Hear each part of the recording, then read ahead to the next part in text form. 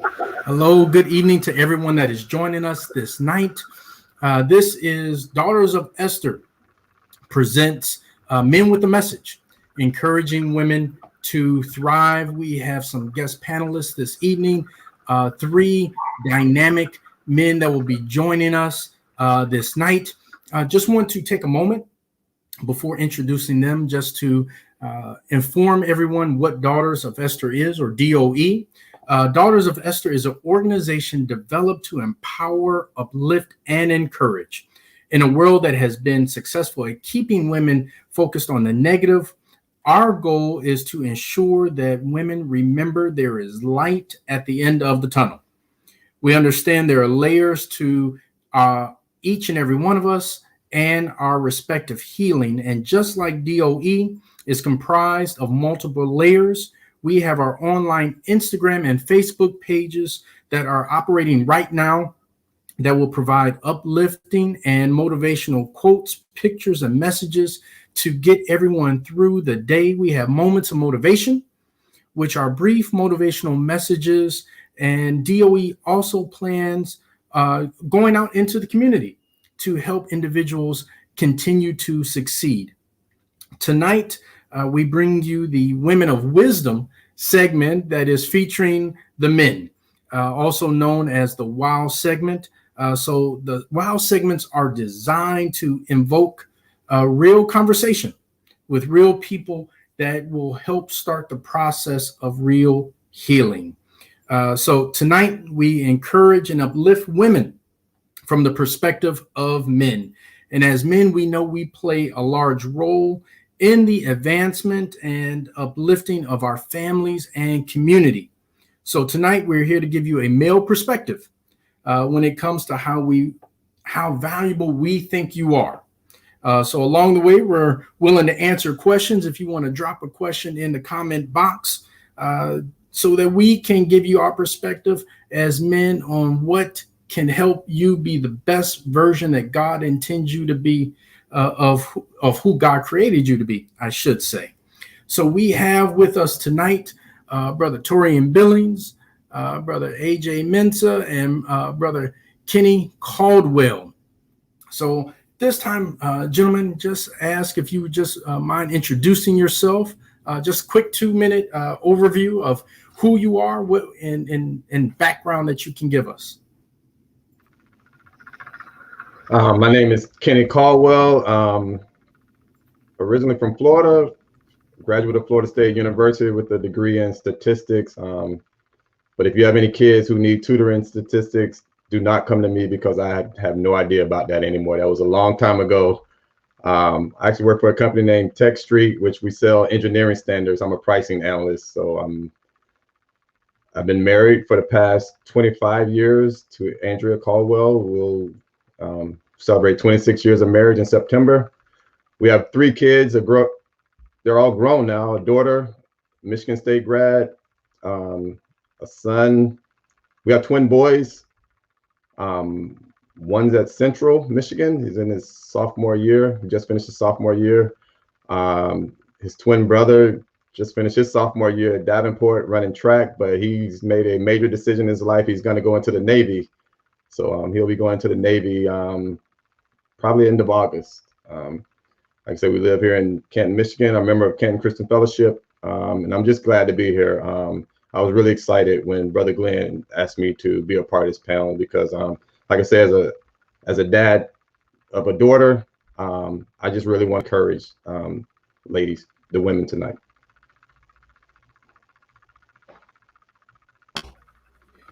Good evening. I'm Torian Billings.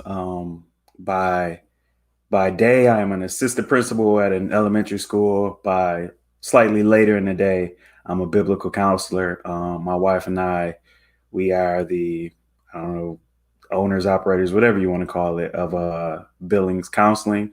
So we are glad to be biblical counselors and sharing God's word with people in a unique way. I've been married it'll be 10 years in February. We're a blended family. So we have 2 boys. We have our youngest just turned 12, actually, and our oldest is 21. So we got a little bit of a gap there. So just happy to be here. Again, I'm a member of Reach Church. Pastor Jason Robinson, First Lady Ebony Robinson. Yeah, just happy to be here. I've been on here a couple of times before with my wife. So, it's good to cut loose a little bit and leave the wife at home, and get some stuff off my chest tonight. So I'm just happy to be here. No, I'm joking, but I'm happy to be here. And I'm AJ Mensah, born and raised in Detroit, Michigan, now located in Phoenix, Arizona. And I've been down here for 6 years now. I retired from Blue Cross and Blue Shield of Michigan before I made my transition down this way. So that was 6 years ago. Now I'm a business ops consultant, an advocate against domestic violence with my wife. And my passion most definitely is to uproot generational and street trauma that kind of comes across with males. And, with being born in a family full of women and me being the only male, I have a passion most definitely for women as well, because I know how we were raised up as men to take a look at women, but I've also got an inside view on how women kind of, go through different situations as it pertains to men. So my passion as well is at least on the male perspective to kind of just speak to you about certain situations and let you in on a couple of them secrets. Because I tell my sisters, I tell every secret about a man, everything he thinking, everything you think he thinking. When he say this, what that really means, I'm here for every woman, because that's the type of love that I have. I'm a member of Change Church, Pastor Darius Daniels, and I'm just really excited to dialogue, like I say, and to hear different men's perspective as well. Oh yeah, please don't let me forget this. I am married for 6 years. My wife, I know she's watching. She would kill me if I didn't mention. And we have 2 beautiful daughters and 2 beautiful grandsons and a little dog, part of the family as well. But I love my wife, and part of the communications that we have is based on truth and being able to have hard conversations. You have to learn in a relationship to have hard conversations. And we worked our way through that. All right, gentlemen, thank you. Thank you. And let me also introduce myself, Glenn Brooks. I'll say the husband of the creator and originator of Daughters of Esther. So I'm happy to say that tonight that I get to be a part of her endeavor. That being Aisha Brooks. For me, I'm a Chicago native, born and raised here in Michigan, as this is her home. We've been married and living here now for 20 years. We're celebrating our 20th anniversary this year. For me, my background has been in higher education. That's where I was for almost 14 years, and then transitioned into the Navy to be a chaplain. That was my desire. God had a different avenue in mind, as this year, and now my 7th year being affiliated with the military, is actually transitioned into the Army. So Army chaplaincy just happened June 15th when I got the official notice. So I'm still riding high on that wave of emotion. But my wife has been supportive of me every step of the way, so I thank God for her. We have a son who is 13, and now he's wearing my size 13 shoe. So I'm trying to get used to that, and hopefully his foot doesn't grow any larger, because the shoes are getting expensive. We're a long way from those, little box set shoes. So, but he is a joy. Since AJ said it, yet we have a dog also that, depending on the day, my wife either loves him or she's going to ship him out to the Army with me. And I think today is one of those days where he might be shipped out with me. So, and last but not least, let me say this about myself. I'm an ordained elder in the Church of God in Christ here in Michigan. So we like to say we go worldwide. So officially Elder Glenn Brooks, but right here tonight, I am just Glenn. I'm just amongst my friends, my brothers, as we go further in conversation of what we believe, what we think, and just offer a male perspective. All right. So I want to start off with our first question, as a couple questions were submitted ahead of time. And just want to ask you, brothers, as we start off, most women, they don't realize or know the power that they hold. Why do you think that may be? And let me say, when I say the power, just be it the influence, the leadership role that they hold within family, within organizations, so forth. But they don't realize the power they hold sometimes. Why do you all think that might be?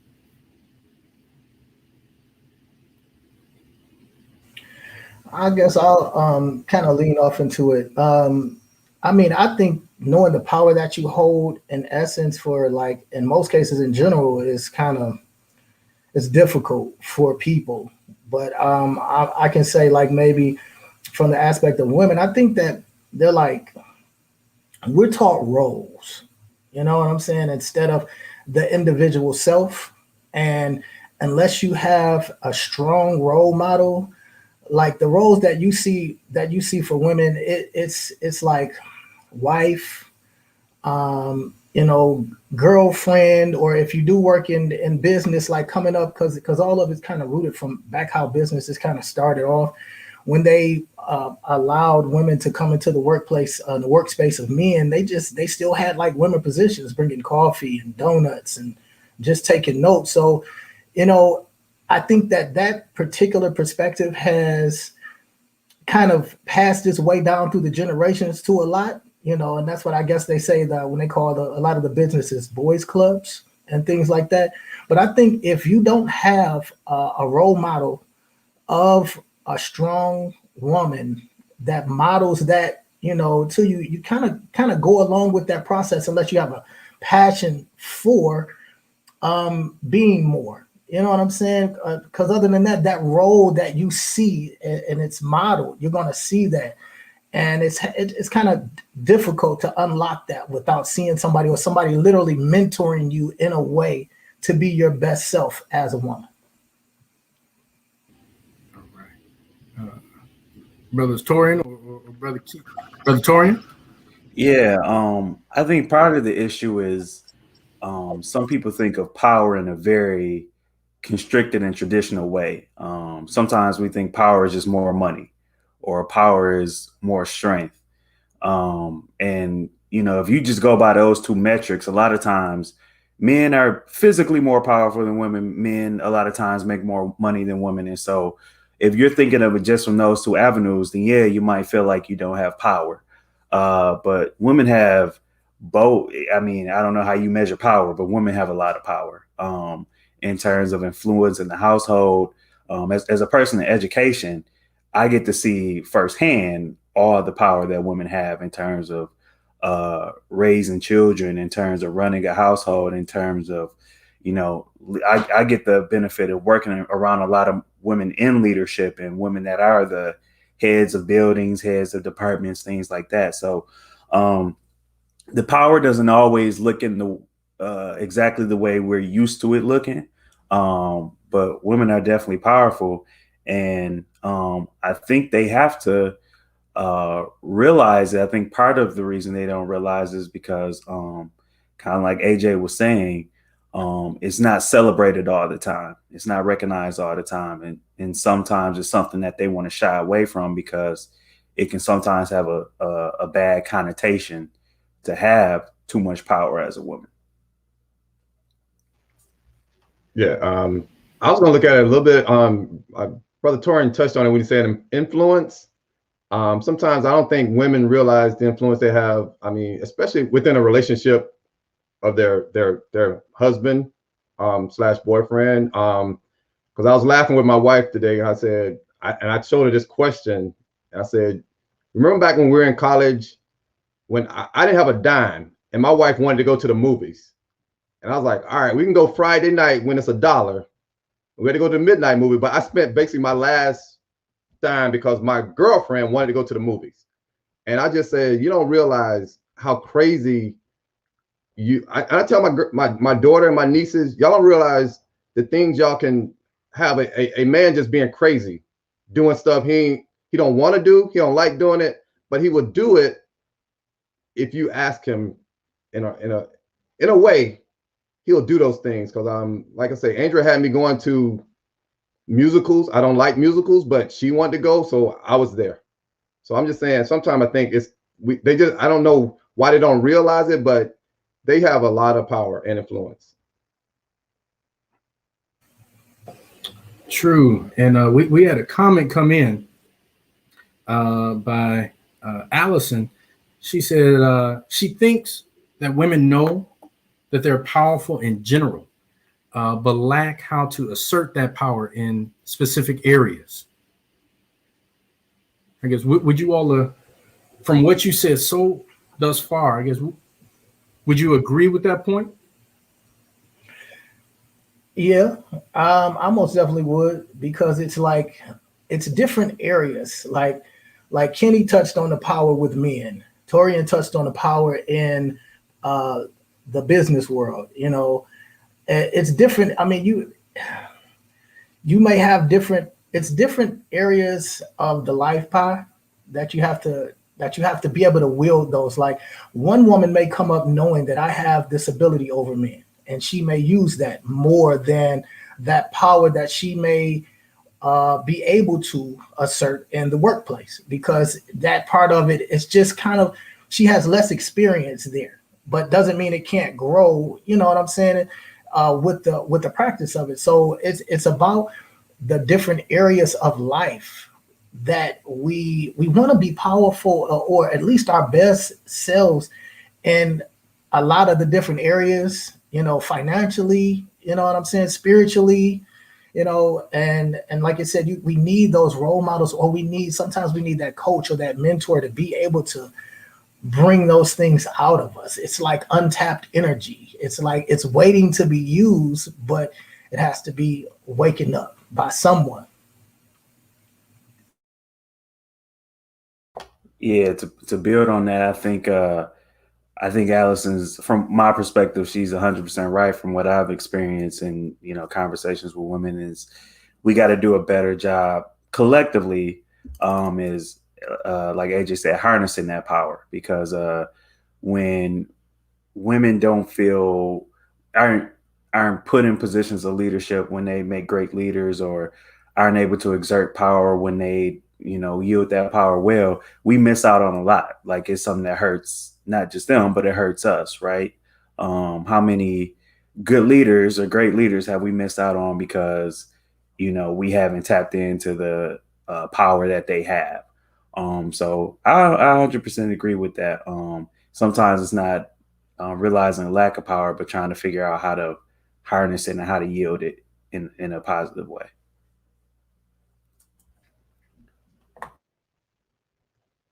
Yeah, I was going to piggyback on that a little bit. It's sort of like, I think sometimes, and my niece works in corporate America, and she had this situation where basically they gave her all the responsibility, but didn't give her the rewards.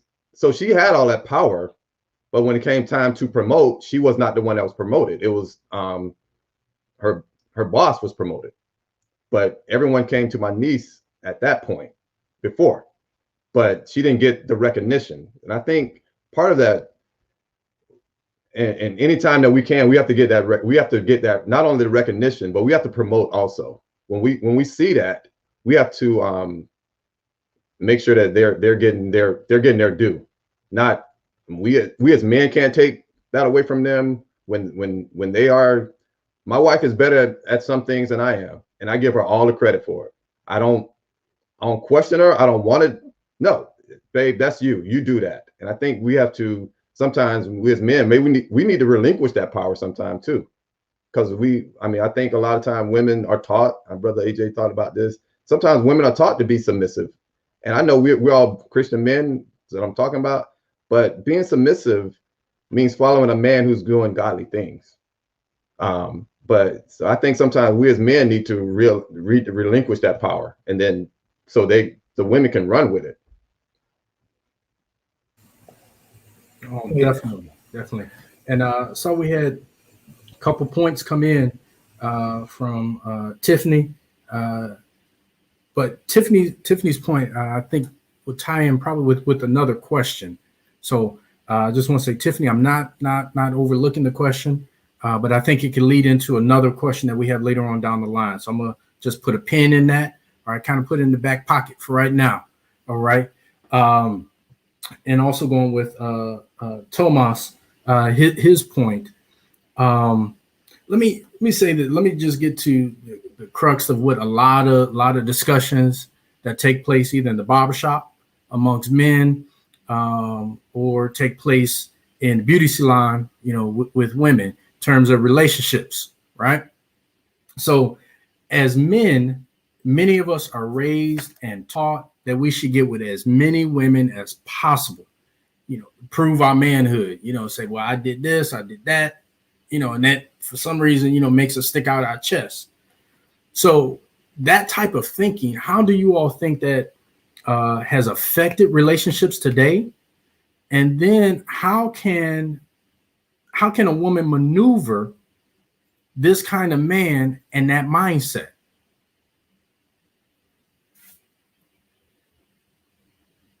And in terms of the effect, not a good one. I definitely think it's definitely difficult to see from a man's perspective. I think it's definitely difficult to see the value in being with one woman if you're constantly chasing after women, right? It is so much value in being with one woman. I think everybody on this screen can attest to that. But you got to slow down. You got to sit for a while in order to realize that. I think one of the effects we have is people are always looking for the next best thing, and so they don't oftentimes want to go through the tough stuff.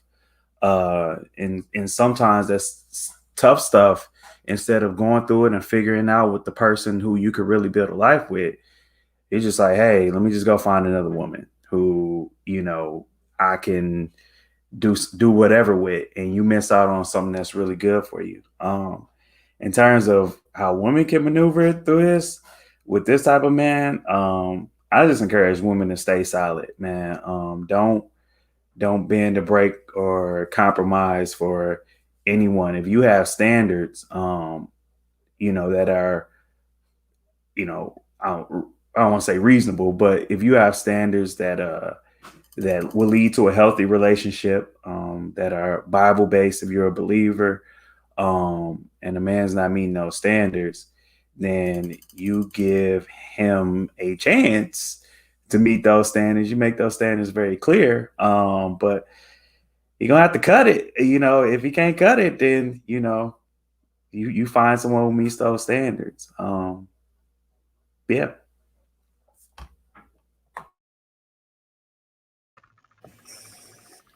All right. Want to throw this in real quick because Brother Kenny goes to what you said earlier about your last dime and the movie. Okay. So if we stay within this realm, all right, of men's behavior, a comment was made that a woman is told and thinks that she can change the wayward man. Brother Kenny, you said a woman can make us do many a thing, but can a woman make the man change that behavior? Well, all right. So I was going to get to this. And I tell once again, I have these conversations with my nieces, like Brother AJ. I have a lot of women in my family. I had this conversation all the time on all these things. And one thing I've said, men don't play the same way women play. And I'm saying that in a way of, if a man cheats, a female might forgive him. When a female cheats, men usually don't. They're usually done in that case. I mean, it's usually a wrap. If a female cheats on a man, that's it. Men usually don't put up with infidelity. Women seem to put up infidelity more than a man will. But I told somebody once, if a dude cheated on his girlfriend or whatever, and he had to be suspended from women for a year, and no woman would talk to him for a year, I think he'll get in line a little bit more. But how can a female change a man's behavior? I don't know. Because they just got to stop accepting some of that stuff. I think Brother Torian was talking about that. They just can't accept some of these behaviors. I mean, if he's cheating when he gets with you, he's a cheater. He's gonna do that on you. But I think ladies got to get some kind of standard. Just can't accept it. But how will that really change a man? Yeah, but every woman has to have. I mean, all the women got this thing though. That's just. Well, breaking news. This is live. The whole aspect of us being raised as to have as many women as we want, that's like when we come up, that's like engrafted in the man's identity. That's like a part of who we are. Like seriously, this is how we're coming up. They're telling us, like back in the day, and I had some great men raise me up to be a little bit more. But back in the day, like you would be asked by older men, like, "Hey, have you become a man yet?" You know, and that meant, "Have you had sex yet?" So one of those things that marks our identity is having sex. So that's going to include the woman. But we're not taught to be husbands. We're taught to be men. So they're sending us on a solo mission from a very young age. So now not only am I out here having sex, but to prove my identity with my peers, because we hard on the ones who, oh, you just got one girl, now you handpicked, now you whipped, now you know what I'm saying? So you got to deal with all of this pressure. So now I'm out here and I'm not trying to connect with you on an emotional level as a woman. I'm trying to, I've only learned to respect you from the waist down. I don't, and this is what most men's mission is. Now, not all, but way more than a few, because you can't say all men do this. But most men, we are trained up in that manner. Now we like how you look. We see you as the woman you are. We notice beauty, but it's still in a lustful way. You know what I'm saying? It takes you to want to actually mature to be able to deal with a woman's mentality. And I think the only way that, because we lack those areas like emotional, mental, spiritual, as it pertains to a woman, you know, I think the only way for you to honestly maneuver that mindset, because again, if all men aren't bad, there are some good men. You have to be patient. You have to ask questions. You have to make that man's words actually show up in actions, because we are also learned as men, because in order for me to prove my manhood and get more and more women to prove my identity as a man, I am learning how to tell you what you want to hear. So I'm literally giving you the information. I'm regurgitating things that I've heard to come back. You got some men that specialize in this. They call themselves player. I don't know what they're going to call it today, but it's some men that specialize in telling women what they want to hear so they can get what they want out of a woman. The only way that you can maneuver this is to understand men more, because you can't maneuver what you don't understand. And how you get this information out of a man, tell that man right up front, you ain't getting none until I get married.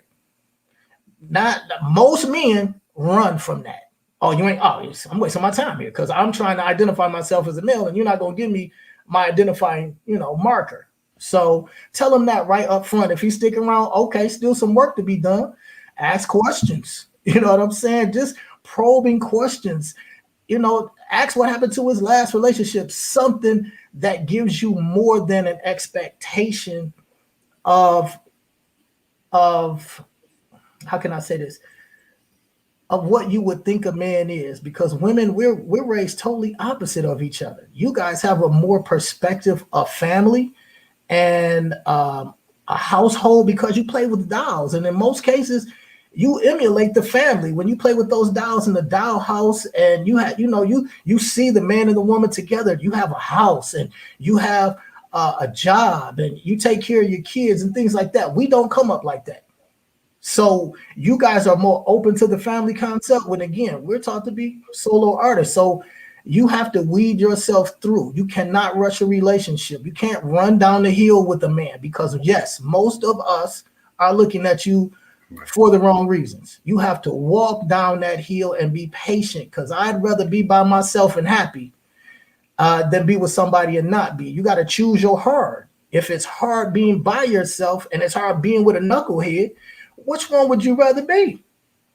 Yeah. So like Torian said, you got to just, make sure we get some standards and things like that, and just stick to them.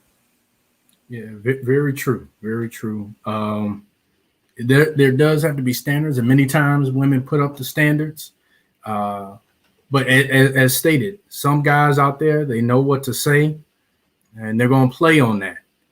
So we as men that have daughters, have nieces, have sisters, we have to say, hey, here's how the game is played from the male perspective. And watch out for this thing or that thing.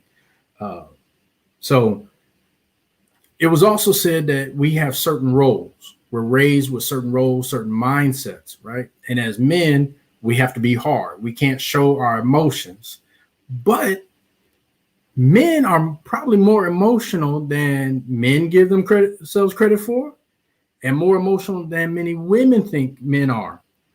But as men, because we're not trained, we're not taught how to deal with our emotions, how to deal with certain traumas, we don't recover as effectively from emotional trauma.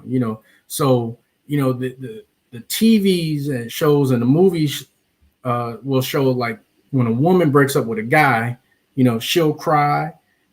For men, we want to just go all out and just do damage and break up a building or whatever it may be, right? But women seemingly are able to recover better than men. At least publicly, men won't show their hurt, right? So what do you think that women are doing that men aren't doing? What resources are women utilizing that men aren't? And can women help men recover from that hurt? I'll say this, brother Glenn. I think that like you just said, women will go to other women and say, "Hey, I'm hurting," and that woman, they'll hug each other and, "Hey, let it cry out. Let's watch a movie," whatever. They'll spend that time with another woman to get through this heartbreak. Men, I think if we go and tell one of our boys, "Man, I broke up with a girl," he want to take us straight to the club. Now we need to get right back in the game.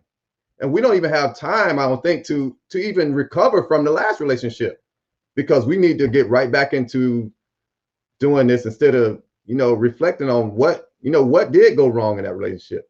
I think somebody asked that earlier. It was like, what happened in this last relationship? Men, we don't even, man, it's just on to the next. I don't care. It ain't, we don't hug each other. We don't want to talk about it. It's just, hey, bro, we got to get back out there. So I think women, like, again, they lean on each other and they have each other for that emotional support. Where men, you can't come in here crying, bro. You gotta let her go. It's more fish in the sea. That's the way we always look at it. It's more fish in the sea. Let's do this. Well, actually, you just said it right there. When if we're asked the question, what happened to the last relationship? Oh, she was tripping. I had to let her go. Right. That's like man one-on-one language for what happened. I'm sorry, Tori. No, facts. Every relationship I've ever ended has been because she was tripping. So I 100% agree with you on that.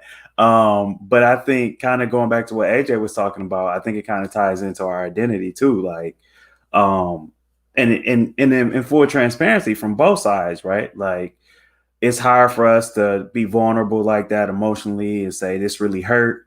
But it's also like, because part of our perspective is, what woman wants a man that's just sit around crying all the time, right? Like, in our minds, we view being vulnerable not only as it doesn't make us look tough, but also doesn't make us look attractive to other women, to women. And so it can be difficult to really get emotionally vulnerable like that, because you feel like you're going to lose something, whether it be the respect of your friends, whether it be, affections from women, or just being less attractive.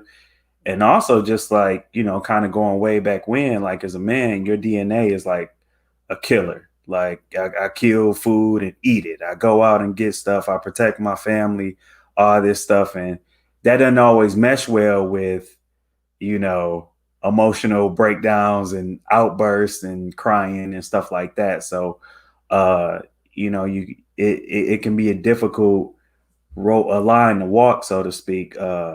So I think that's part of the reason why women handle it so well compared to us, because I don't know if they always, I know some women definitely do, but not all women feel that pressure to maintain that facade.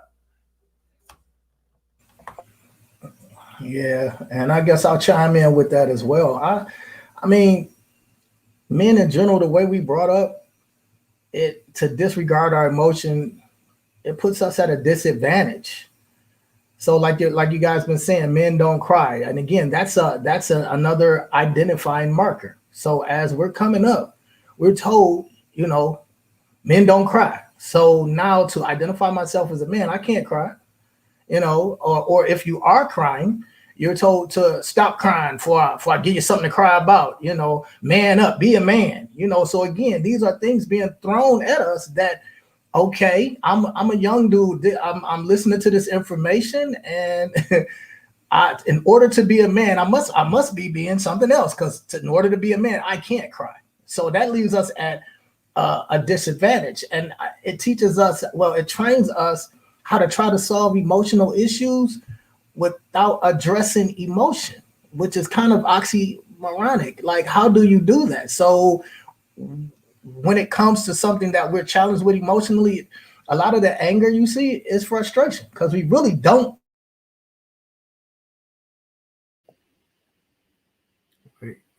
Wait, AJ, you went mute. You went on mute. Sorry about that. I'm back. Yeah. Okay. I said, yeah, we really just don't understand. So when that anger, when it's viewed as anger, I think it's mostly confusion on even knowing how to deal with an emotional situation like that.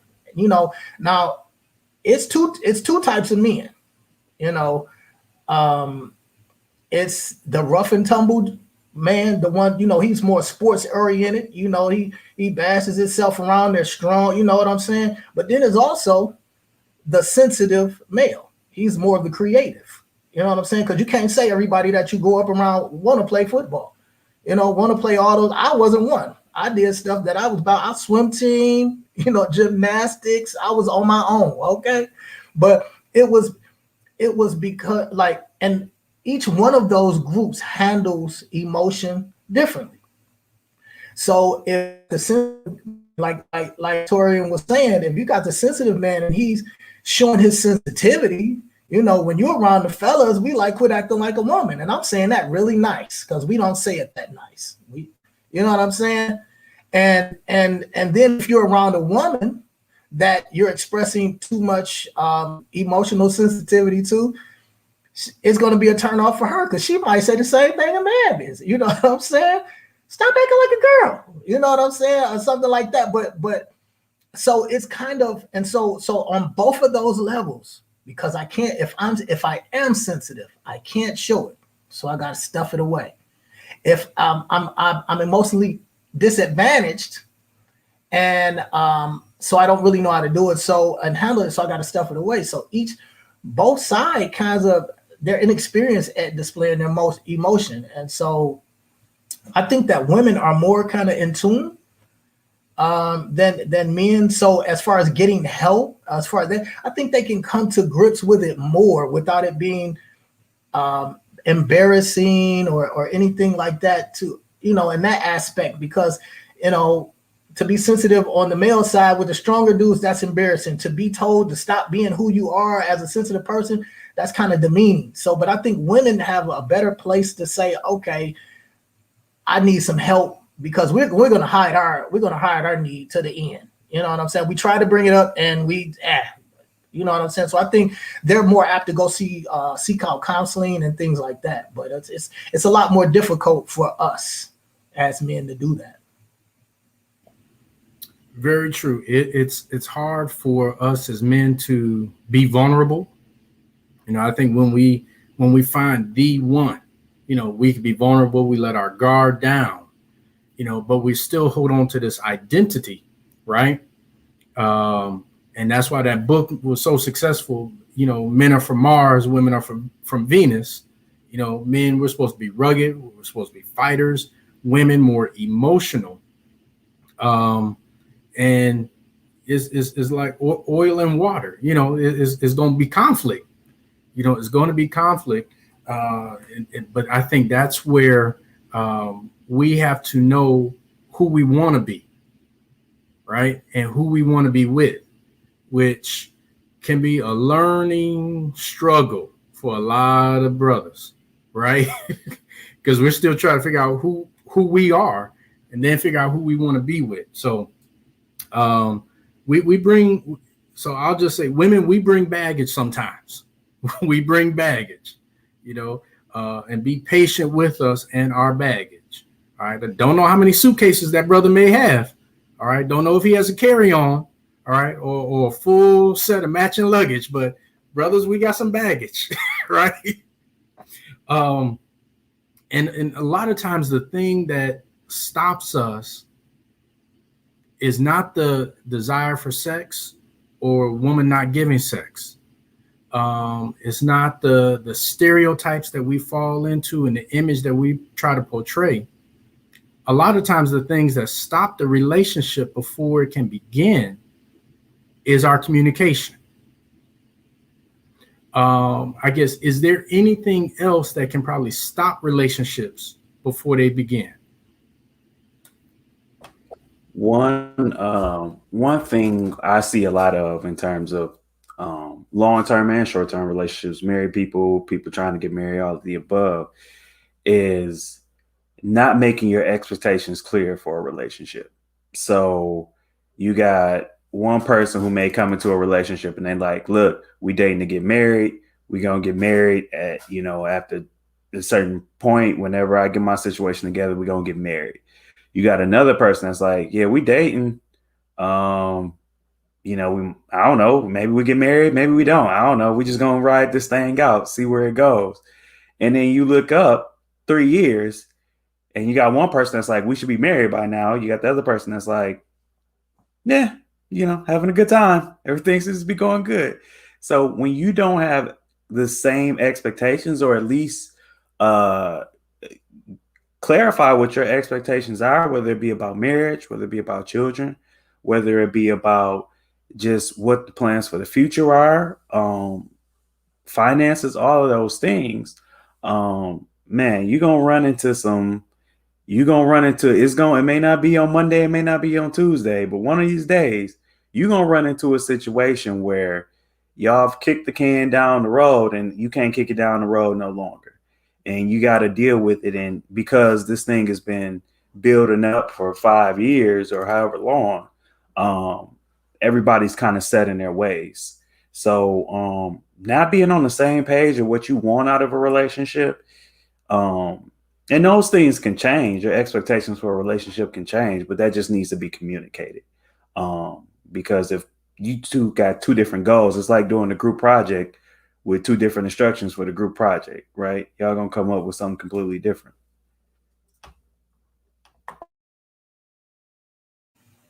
Yeah, I'm gonna piggyback off of that, and I think what can stop a relationship, or most relationships when they get started, is just like you said, communication, not false expectation. Like I said, we have a certain way that we see women and the process. And again, as a man, we're taught to be men, not husbands, not family men.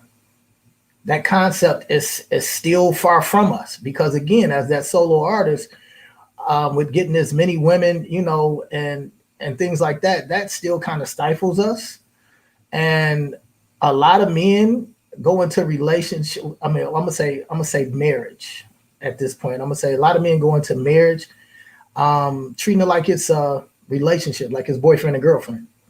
And it's a lot more responsibility there. For a relationship, period, it's responsive. I mean, it's different responsibilities in each one of those. But I believe that like when women, their perception of a man, like from actually, how can I say it? From growing up, like I said, with the dolls and even the play kitchens and things like that. Not everybody has that, but again, that mindset is there. So when women, I believe, look at men like we're either a partner or a potential husband or a husband.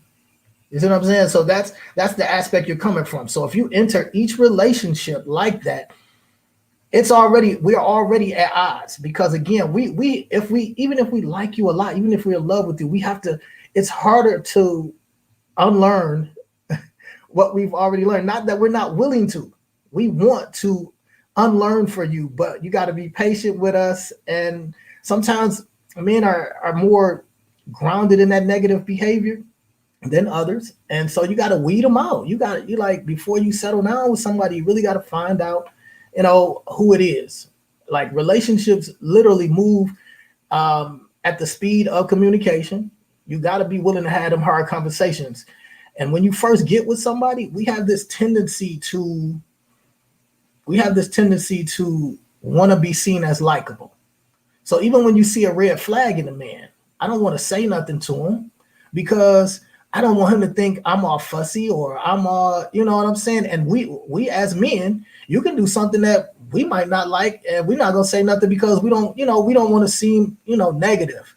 And that's in like the relationship part where you're not together. Then, and then when you go into a courtship stage, like, the conversation has to slightly change, because you can't just treat yourself like friends if you know y'all going for something else. If y'all headed down another road and you're courting, it's not exactly the same as friendship. So, and then, like I said, that partnership, which I see as marriage, also business, but in this case, marriage, you got to find out who you're with before you even start down that road, because it's difficult.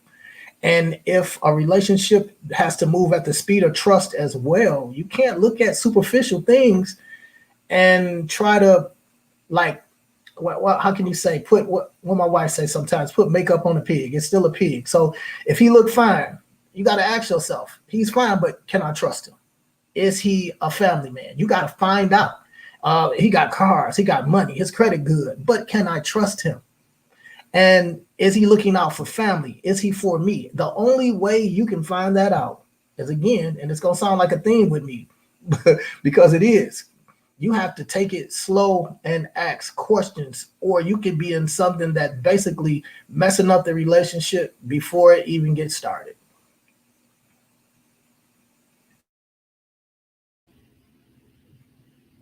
Yeah, I was going to say, and going back to all of that, one thing we got to talk about is trust and honesty from day one. Because if you're not honest from day one, you've already started out on the wrong foot. Like, I always tell people, I'm so glad I met my wife when I was in college, when I was dead broke, because I ain't have to lie and tell I got nothing, because I ain't have it. She saw me every day. She saw me filling out those applications in the union to get a free T-shirt so I could have a shirt. I had like 20 different, she used to call me T-shirt man, because I had 20 different T-shirts from American Express, all those credit card companies. I done filled out everything to get this free stuff. So I ain't have to front that I didn't have money with her. But that's the thing. Now you see guys, they don't tell people they live with their mama. So they invite some girl to the house and they're like, well, you live with your mama. Well, my mama live with me. No, you don't pay no rent around there. Your house is not in your name. But those type of things where we talk about being honest from day one, like Brother Torian said, I tell my daughter, you date to marriage. I do tell her that you date to get married. Don't just be dating, just be dating. Because men, like you say, we don't date to get married. We date for other things, right? We ain't dating to get married. But we have to make sure that everybody's honest on the first day.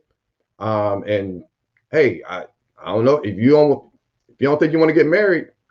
I mean, ladies, I'm serious. I think Brother AJ said it. Tell a dude on the first day, you're not getting nothing until we get married. I tell if you tell a dude that, he gonna go, or he gonna stay for a week or two, like, oh, she just playing. and then after a couple of months, he might leave then. But at least you held to your word. So if we be honest, if you're honest with the man, look, I want to get married. I expect to get married. I expect to have kids. I expect these things. And I think Torian said expectations change, because I know I told my wife I would move anywhere with her. But at some point, I don't want to move no more. Unless we're moving back closer to Florida, I don't want to move again.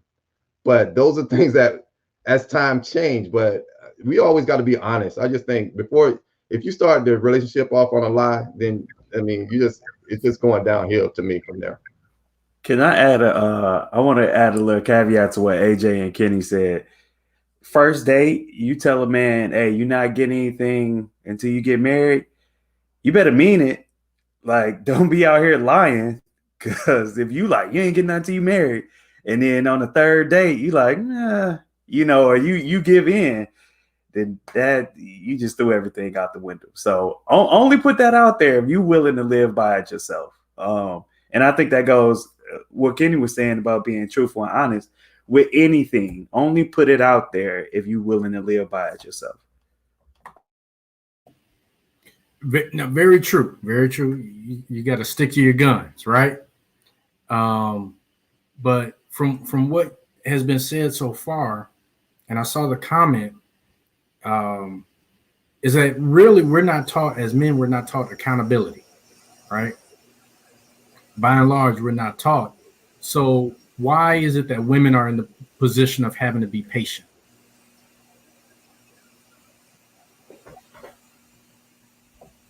I think one thing is that a lot of women, when women get advice from an older woman, sometimes older woman tell, well, a man's gonna be a man. You gotta let a man be a man, and sometimes they would accept things that they shouldn't accept from a man. Well, yeah, he's tired. I mean, he's this, he's that. So I'm gonna let him get away with those things. Well, he's just a man being a man. It's okay. He gonna come back. He gonna come home sooner or later. But those type of things, that if a female is taught that and she accepts that, a man is never going to change, because she's allowing those things to happen. So I think it has to be part of, once again, always females finding godly women. I tell my daughter that. I still tell my wife, like, go, if you ever have an issue with me, I done gave her 3 names of ladies who I want her to talk to, because I know they're older ladies. They're gonna tell her the right thing, whether they like me or not. They're gonna tell my wife what she should be doing as a wife. Now, and like I say, we got boys. I mean, I can go to one of my boys, and I know which boys I need to go to, because if I go to the wrong boy, he gonna be like I say, man, your wife tripping, man, come on, and he gonna want me to go out. But then I have other boys I know I can go to, and they're like, nah, man, you need to chill. Think about it. Kenny, if you could, after the show, pass those names of those trustworthy women along to the rest of us. You got to build my Rolodex up. But I think thinking about that word accountability, I think men view accountability in a different way. So there are a lot of men who think, okay, I take care of my kids and I don't cheat on my wife. I'm a good man. Like if I check off those 2 boxes, I've met my standard as a man. And I think the threshold, because that's the threshold for some men, like the bar is kind of low. And so anything above the bar, they feel like you're asking a lot, or that's not in my job description, and women want the things that usually are above that bar, right? So like you can be taking care of your kids and, not cheating on your wife, but you still got to be, nice when you come home. You still got to help out with stuff. You still got to deal with emotions in the right way. And for women, that's part of the package. For men, it's like that's above and beyond. So sometimes it does feel like it falls on women, but I think that goes to kind of the maybe stigma we created, that there are only 5 good men in the world, and women, if you want one of them, you got to be on your A game to get one. When in actuality, you shouldn't have to. You should be able to have clear expectations to have a man who meets them. And if a man doesn't meet them, you should be able to move on and find another one. And I think you can. I think there are a lot more good men in the world than we give credit for. But because we created this idea of scarcity, that there's not a lot of good men in the world, I think we've kind of unintentionally placed the onus on the woman to always be on their A game to make sure they catch one of these few good men. Yeah, and as far as accountability, I believe that Kenny and Torian, y'all right on point with it. And with being patient, when I'm speaking, I'm not really trying to say that the woman should be patient with the man. I believe that you should weed that out immediately. I'm not saying be patient in acceptance of that foolishness. And it is messed up that a great deal of us, like Torian said, wants to just mark off one or two check boxes and say I don't cheat on my wife and I take care of my kids. In all actuality, in the areas of life that we need you to be accountable for, that's still in the same area. So what about finances? You know what I'm saying? Can you keep a job? You know what I'm saying?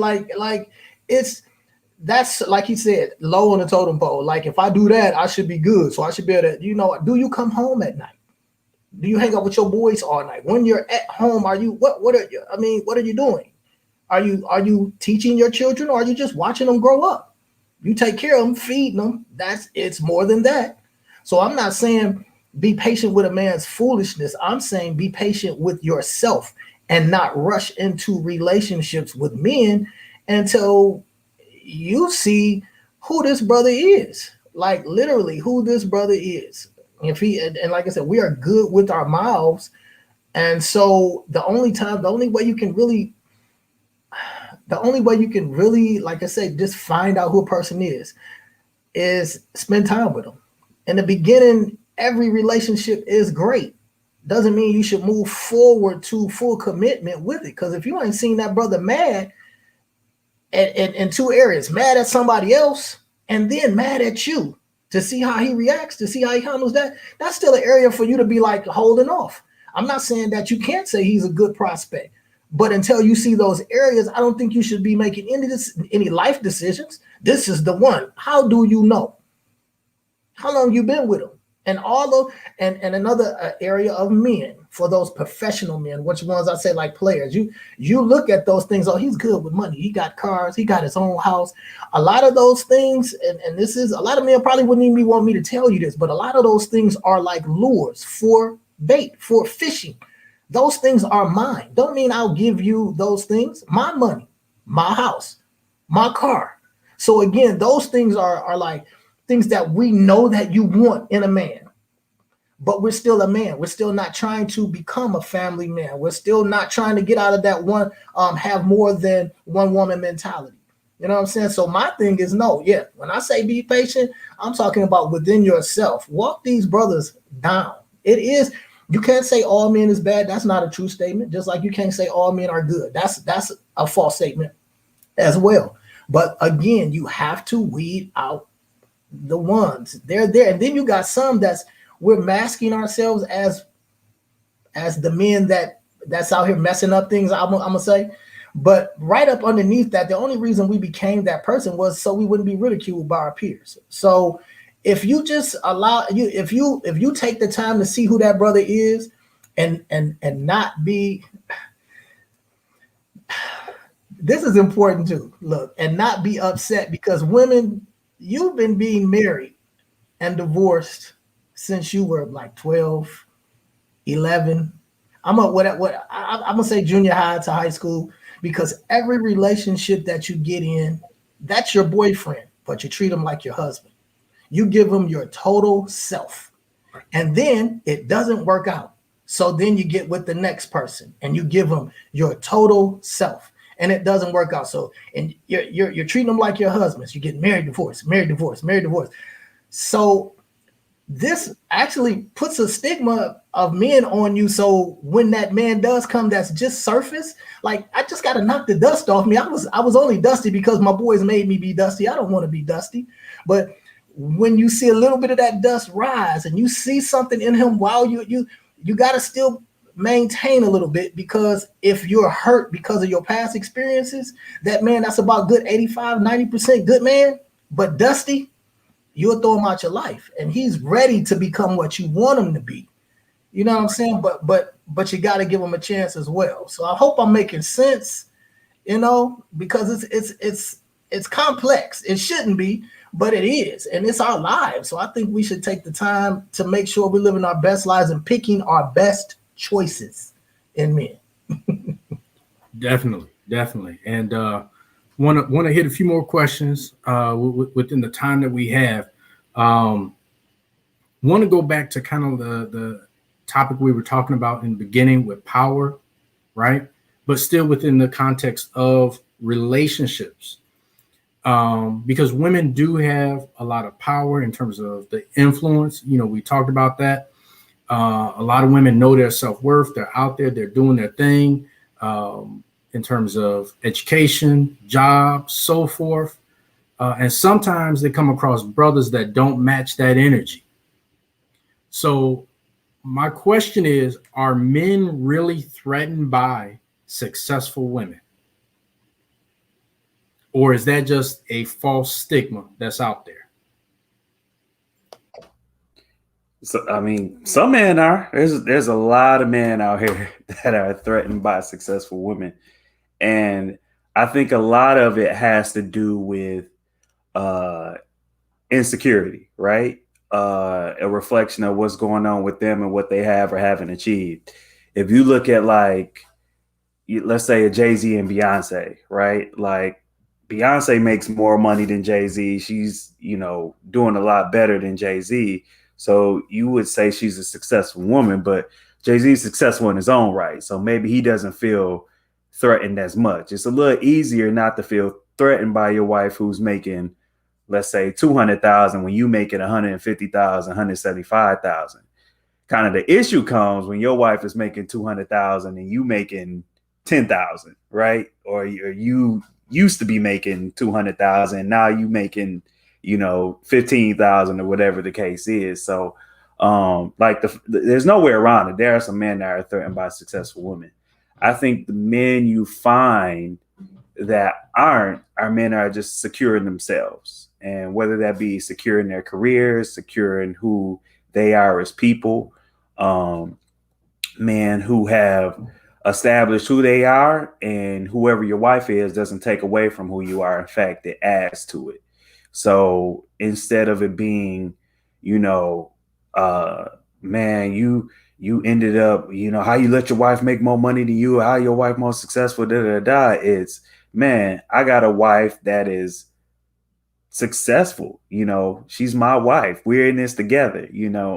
Her success is my success. And I think from the women perspective, like you can't hide your success, right? Like if you're successful, and you don't have to tone that down for anyone. But if I'm gonna take it from a biblical perspective, biblical expectations still apply, no matter how successful you are. So, there's no pay scale on who's supposed to submit and who isn't. There's no pay scale on who's meant to be the head of the household and who isn't.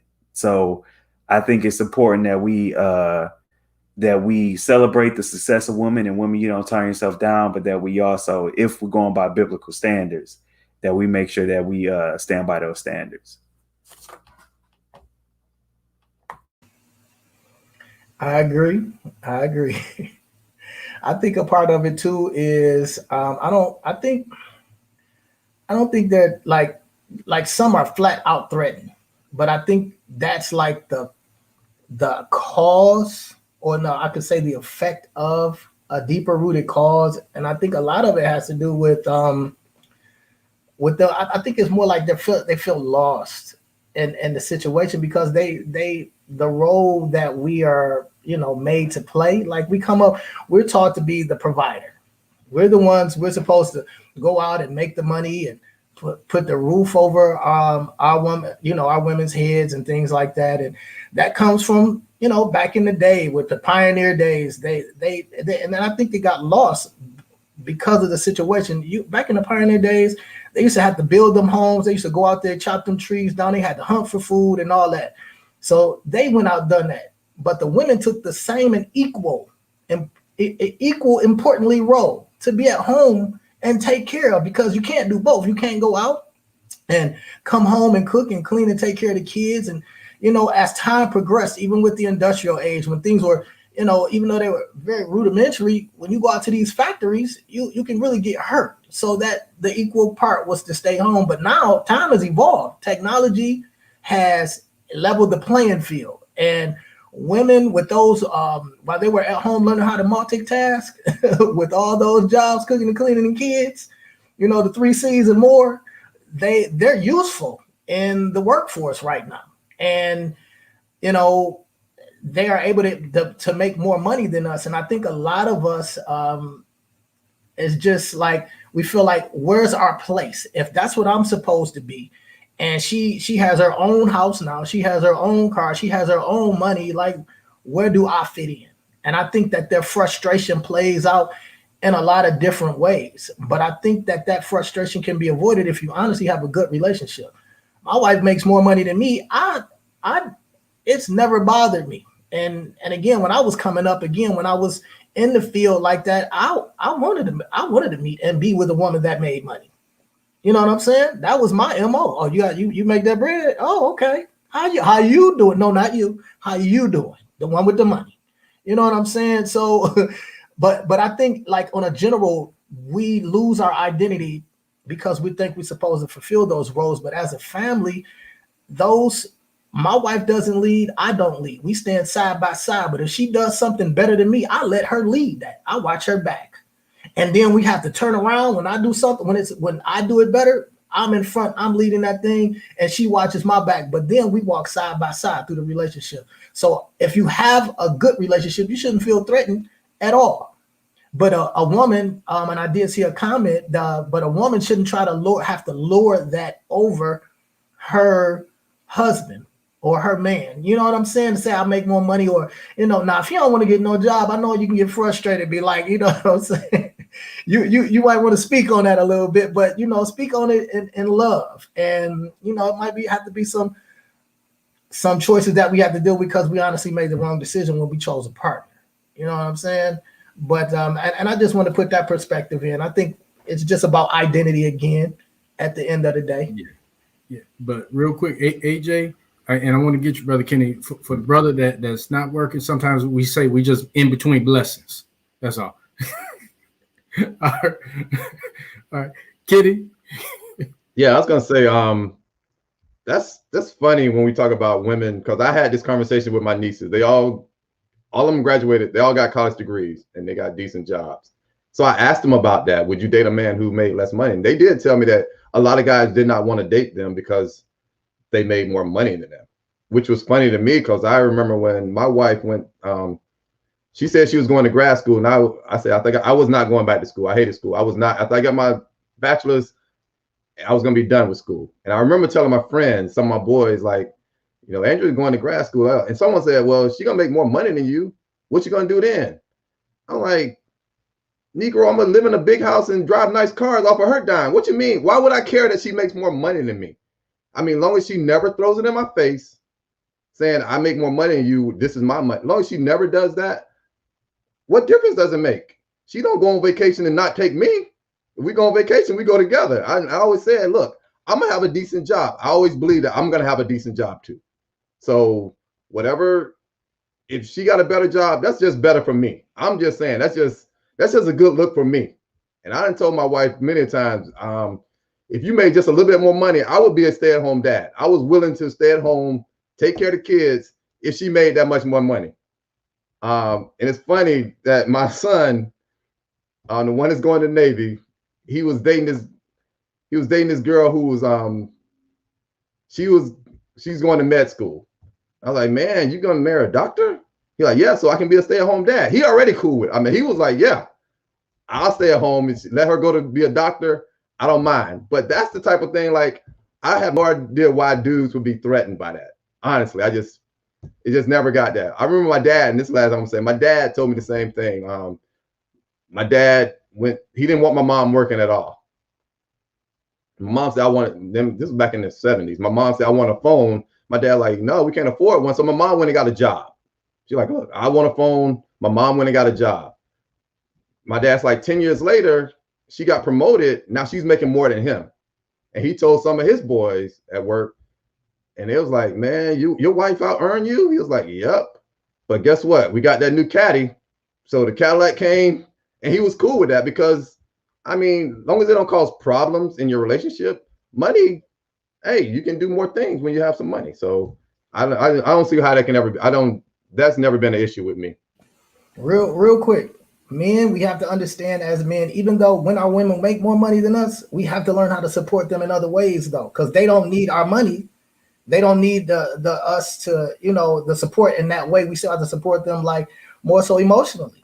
We gotta be better listeners. Not to say we shouldn't, if we got jobs, we shouldn't listen, but we just have to, like it says, one of your senses don't work, the other should be able to, get stronger. So if you don't have to make that finance and she does, and she's out there working, you have to be able to support her mentally, spiritually, you know what I'm saying? And emotionally, you have to make yourself in tuned with what she needs, and and still be that stay-at-home dad. Enjoy the finances, because me and my wife's money, it's ours, because at times I make more money than her and she makes more money than me, but no matter what, it's our money. It's in the same bank account. You know what I'm saying? That's all. No, very true. And let me say, we're getting a lot of good comments.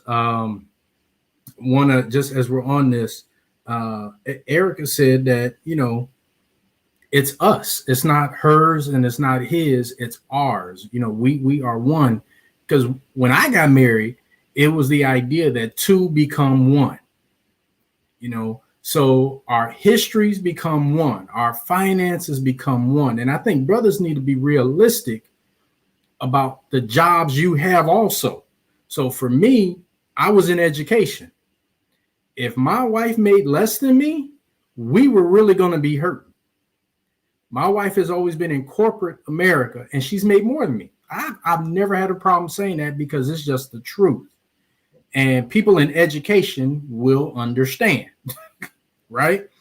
But that's never stopped me from being the husband that she needs me to be. That's never stopped me. If there's a sound in the middle of the night, I don't turn over and say, well, you make more, you go check it out. No, she's going to say, get over there, right? Because that's the role. So sometimes the roles that we're taught and we're raised with, sometimes it can be a benefit, sometimes it can be a detriment, right? Because you can buy into it too much and hurt a relationship, But I think we as men, seasoned men, kind of going with this comment that Tiffany just put in, we do have to mentor younger guys, to say, hey, man, just stop always thinking about that one thing. You got to look at this as a long term, right? And think about it, if you play ball, you didn't just win based upon that first quarter. You won after all 48 minutes of that game. And we have to look at relationships like that. It's not one quarter, but it's a full game. And you got to be ready to go in overtime if need be. Right. So just want to throw this last question out real quick. As we've been talking about relationships, we've been talking about men's roles, women's roles. Just want to bring this out and get your thoughts. Right now, this country is at a boiling point of looking at different issues, different isms. Okay. So many times we talk about racism. A lot of times we don't talk about sexism. Okay. Or misogynistic thoughts and behaviors, even in the workplace. So we know as men, we make more money than women. As a matter of fact, women on average make 79 cents for every dollar a man makes. Black women get 64 cents for every dollar the man makes. And then our Latina sisters make 54 cents. So how can we as men be allies for women in the workplace, allies for women's rights in general? So, like I said earlier, I have the privilege of working with a lot of women, especially women in leadership. And so I don't see the gap as much, just for the simple fact that, you know, most people who work in education are women. But one very practical thing I think that we need to make a practice of is uh, start talking about what you make. I know that's an uncomfortable conversation, and I know it's something we've always been taught is private. But if me and you doing the same job and you making, like, part of the reason there's this gap is because no one knows there's a gap. Like, you as a man might be working next to a woman doing the exact same job, and she making 20,000 less than you, and you don't even know it. You assume she do the same job I do. She make the same money until you talk to somebody in payroll or do something, and then you realize, wow, she's making way less than me. So I think there's an appropriate way to have those conversations. In education, we have pay scales, and so it's pretty much public knowledge what you as a teacher should be coming in, and what you as an administrator, what you should be coming in, and you could Google it and pretty much find it on the internet. And they do negotiations here and there based on experience and stuff, but I don't know what it's like in more private corporations. But talk about that pay scale, talk about entry level pay, talk about when you publicize a position or something like that.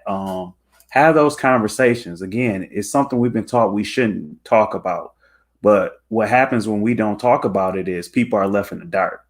And so we don't even realize there's a gap sometimes. And then, if you look up and you're like, hey, the woman who next to me makes 20,000 less than me, we do the exact same job, been here for the exact same time, then, stand with her when she goes to ask for that raise, or, be on that interview committee or board or whatever at your place of work when they say, hey, what are we going to do about wages? What are we going to do about entry level, what people make when they enter? What are we going to do about bonuses and stuff like that? A little bit of transparency, I think, goes a long way. I totally agree with Brother Torian on the how men have to stand in that gap for the women. But now I realize that kids today, and I'm calling them kids, I'm talking about 25-year-olds who getting into the workforce right now, they do talk about salary a lot more than we did. Because when I was coming up, salary was private. Whatever you made was what you made. But my daughter knows what a lot of her friends make. And a lot of my nieces tell me what their friends make, because they do talk about that. But the thing is about when it comes to equality, this guy was telling me he became the sales manager at this company a couple of years ago. And when he became the manager, he had a team of 5, and it was a white female, 3 white males, and a black female. And he said the black female made like 70,000, 70 or 80,000, but the other 4 made between 110 and 120. And they were all doing the exact same job. Their commissions were all, they were all should be making the same amount of money. So he went to HR and said, hey, what's the discrepancy? Why is she making so much less? And HR said, well, that's what she accepted. So when we don't know, and I could actually honestly see myself or my wife being the same thing. If someone offered me $70,000 and I think my mom and my dad never made anywhere close to this, so I must be good. We accept that because we don't know. So when we don't know, it's easy for us to be like, hey, I'm doing good, and that 70 ain't nothing to sneeze at. That's a decent salary. But when you're thinking how your colleagues are making $20,000-$30,000 more than you, and I was telling Andrea about this. Imagine that over 20 years. That's the generational gap that we talk about. Over 20 years, if they made $20,000-$30,000 more than you, that's $500,000 at the end of 20 years, where they could send their kids to school easily, and you still struggling trying to put your kids through college. That's the money. That's the generational gap that we're talking about when they're making $20,000-$30,000 or more per year. So when we see it, we have to call it out, or like you say, Brother Torrin, we go in that meeting like, hey, I make this. We do the exact same job. We have to stand in the gap for them. Yeah, I can't say too much more. You got to amplify those women voices in those areas. You got to speak up when you see that unfair treatment. You got to come out of these norms, because again, I don't see a gender difference. I just see people trying to raise their families. You know what I'm saying? And most of these women in these areas getting paid less, they work just as hard or harder.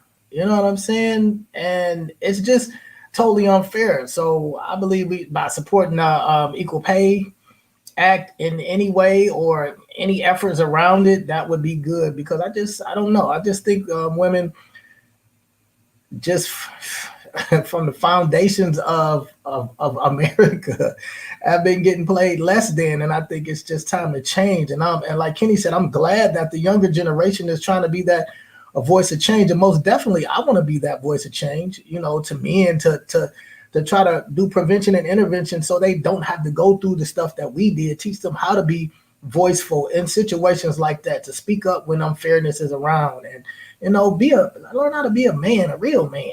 You know what I'm saying? Get your own house. Get out your mama's basement. You know what I'm saying? Because if you don't know how to be a man on your own pretenses, how can you come take care of a woman?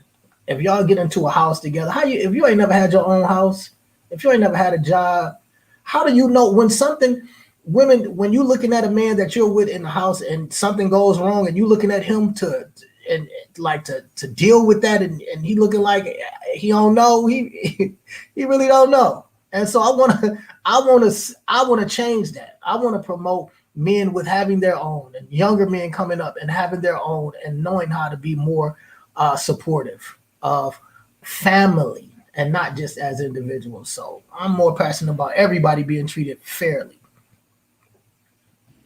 And let me say, I guess this will be a PSA for any brother that's watching right now. If you're like, well, no, that's a separate issue. If we're talking about women, being paid equally. All right. If you see it as an issue out there, bring it home to your own wife, to your daughter, to your sister, right? As we've been talking about, whatever my wife makes, it goes into our home. It goes into our account. So if she's paid equal, right? If her salary comes up to match everybody else, we benefit as a family. We benefit as a household. And if you just want to be selfish and look at it selfishly, I benefit. So we're talking about something that affects the whole house, right? And it also adds to, guess what, her identity as well, saying that she is not just of equal in terms of work, but she's of equal value to that company. That helps her identity. That helps the house's identity. So, Brother Kenny, as you said, that generational wealth gap, that's real. That is real. And every little bit goes into that of how you view yourself and how others view you. So we definitely have to stay on track with that. So that was just my soapbox moment for any brother listening. It's important as men that we support our women, be seen and treated as equals. So brothers, we're almost at our time. I thank you all. I so thankful for the people that tuned in, dropped comments. I hope this has been a benefit. Thank you all. But before we go off, I'm just ask any final words of wisdom for the women that are watching or be watching the replay. Stay strong.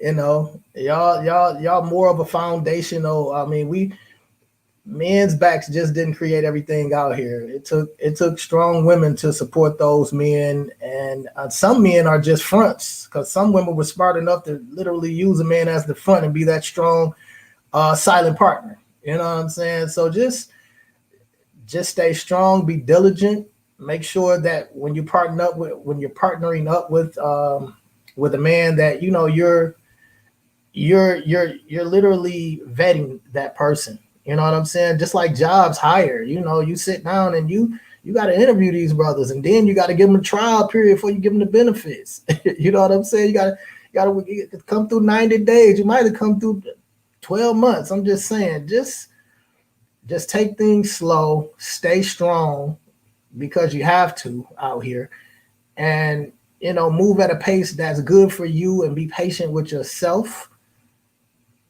And if you see foolishness out here, whether it's for men, women, just steer clear of it.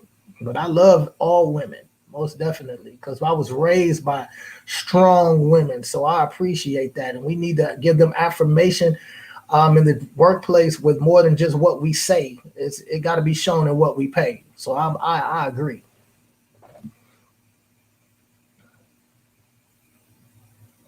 My advice, my quote unquote words of wisdom, I guess, for women is just, man, like, don't settle for anything. Whether it's relationships, whether it's in the workplace, know your worth, and don't settle for anything that you don't want. Because what we talked about at the beginning, you got all the power in the world. You can get any and everything you want in relationships, in excuse me, in the workplace, all those things. And the only thing, like, start giving regular dudes a chance. That's all I strongly advise that you start giving regular dudes a chance. I don't know how likely you are to meet Michael B. Jordan. So maybe you might have to settle in that department, but in all other departments, I encourage you to just stay to your standards. My parting words of wisdom is, and I had to tell my daughter this. She's just started dating this young man, but I said, you make sure he knows that you're the catch in this group of the two. He's lucky to have you. All right. So don't let him twist it around saying, girl, you lucky I'm with. No, he's lucky to be with you. And I get advice to make sure that man or this boy who's trying to be a man knows that he's lucky to have you, and don't get it twisted any other way. Because my dad used to tell me, if that girl treats you right, then you stay with her. If she, when times are tough, if she says, hey, it's gonna be all right, then that's a good woman, because you know she has your back through it, everything. But so I know I'm lucky, I'm blessed. I'm blessed to have my wife, because I know she stuck through me, through thick and man, through thick and thin. Gosh, let me get it out. But those type of things, like, women, know your worth. I tell all of them, know your worth, and whatever he thinks you're worth, that's not enough. You're worth way more than whatever he thinks you're worth. So know your worth. Kenny, I think you hate your daughter boyfriend. Is that true or false?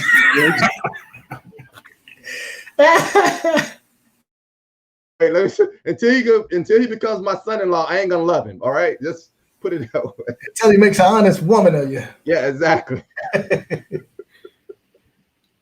Truer words were never spoken. Yeah.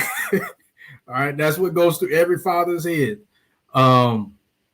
So I'll just say words of wisdom. Has been said, women, know your worth. We say that you're queens, but that word probably doesn't do justice. Be it an empress or anything, you are like men, made in God's image. You were created to be great, and we love you for that. So just keep being great, keep being you, keep striving, keep succeeding, and the world is in your hands. world is in your hands, literally. With so many things that women are doing today, it's just off the charts, amazing. So I'm glad to just have a ticket to see the show, and looking forward to many more moments. Once again, I do thank the panelists, Torian Billings, who also has Billings Counseling, as you've probably seen scroll across various times tonight. AJ Mensa, who as he stated earlier, he's doing domestic violence work with his wife, Tiffany, and they're making great strides in that. Brother Kenny Caldwell, who is, I'm going to say, he didn't say it earlier, I'm going to say a good alpha man. So like myself, always got to represent Alpha Phi Alpha. And he is getting ready to, he and his wife, family getting ready to see their son go off to the Navy. I think one of the greatest things any parent can see their child do. So definitely praying for them in that, and praying for their son. And I would be remiss, I said it before, but I'd be remiss if I didn't say it again. I thank God for my wife, who came up with Daughters of Esther and these WOW segments. And I'm so thankful that she allowed us as men to have an opportunity to just come and speak to the women, and probably speak to the men that are tuning in. So, to hear some of that seasoned information. So I thank God for her. She stands by me so many times in different roles that I have. So this is a blessing, and it's an honor to stand by her at this time. So I'm very thankful for her. I'm thankful for this, and I'm thankful for everyone that tuned in. The WOW segments, Daughters of Esther, will present again. More information will be coming. So many different topics that women are dealing with, such as loss, dealing with mental awareness, mental illness, young women dealing with issues. So it's just a plethora of topics that will be covered. And we're looking forward to seeing you join us each time that we engage with the WOW segment. Hope you all have a good evening. God bless you. Good night.